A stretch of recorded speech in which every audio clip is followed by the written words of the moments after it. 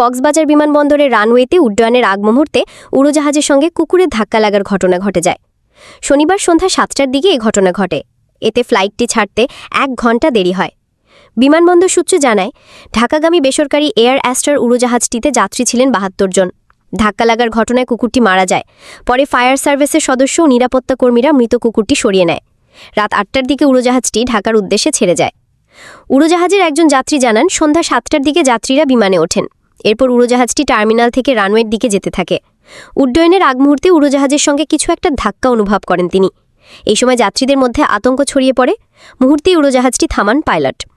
বিমানবন্দর সূত্র জানায়, ঘটনার পর পাইলট সহ নিরাপত্তা কর্মীরা অনুসন্ধান চালিয়ে দেখেন কুকুরের সঙ্গে ধাক্কা লেগেছে বিমানের। এরপর ফ্লাইটটি সাময়িকভাবে স্থগিত করা হয়। পরীক্ষা নিরীক্ষার পর যান্ত্রিক ত্রুটি না পেয়ে প্রায় ১ ঘণ্টা পর উড়োজাহাজটি ঢাকার উদ্দেশ্যে ছেড়ে যায়। ঘটনার সত্যতা নিশ্চিত করে বিমানবন্দরের ব্যবস্থাপক গোলাম মুর্তজা বলেন, উড়োজাহাজের ধাক্কায় কুকুরটি মারা গেছে, তবে উড়োজাহাজে তেমন ক্ষতি হয়নি, যাত্রীরাও নিরাপদে ছিলেন। কুকুরটি সরিয়ে উড়োজাহাজটি নিরাপদে উড্ডয়ন করে এবং স্বাভাবিক গতিতে ঢাকার হজরত শাহজালাল আন্তর্জাতিক বিমানবন্দরে অবতরণ করে। গোলাম মুর্তজা বলেন, কক্সবাজার আন্তর্জাতিক বিমানবন্দরে রানওয়ে নির্মাণ কাজ শেষ হয়েছে, তবে রানওয়ের উত্তরাংশের কিছু অংশে অবকাঠামোগত উন্নয়ন কাজ বাকি আছে। দিনের বেলায় উত্তরাংশের খোলা এলাকা দিয়ে কুকুর ঢুকার সুযোগ নেই, তবে সন্ধ্যার পর রানওয়েতে কিছু কুকুর দেখা যায়।